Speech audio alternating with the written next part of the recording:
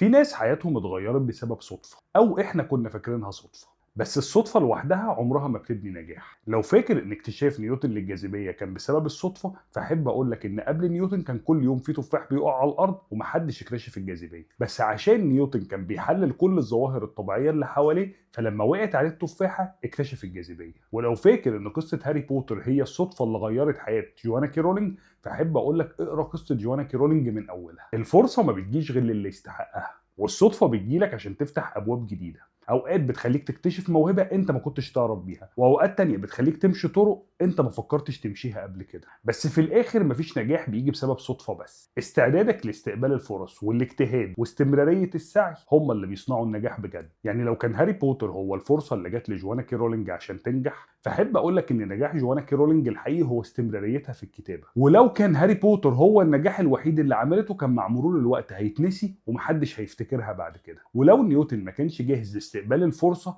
كانت وقعت التفاحه وعدت زي اي واحد قبله واي واحد بعده. بس عشان نيوتن كان قاعد بيحلل الظواهر الطبيعية اللي بتحصل، فقدر يوصل لاكتشاف الجاذبية. حاجة تانية مهمة جدا، مفيش أي شخص ناجح في الدنيا بيزهق وبيقول روتين. وافتكر كويس قوي ان الطبيعة في حد ذاتها فيها روتين. الأسد بيصطاد كل يوم، والأرنب بياكل نفس الأكل كل يوم، وكل الحيوانات بتعمل نفس الشيء كل يوم.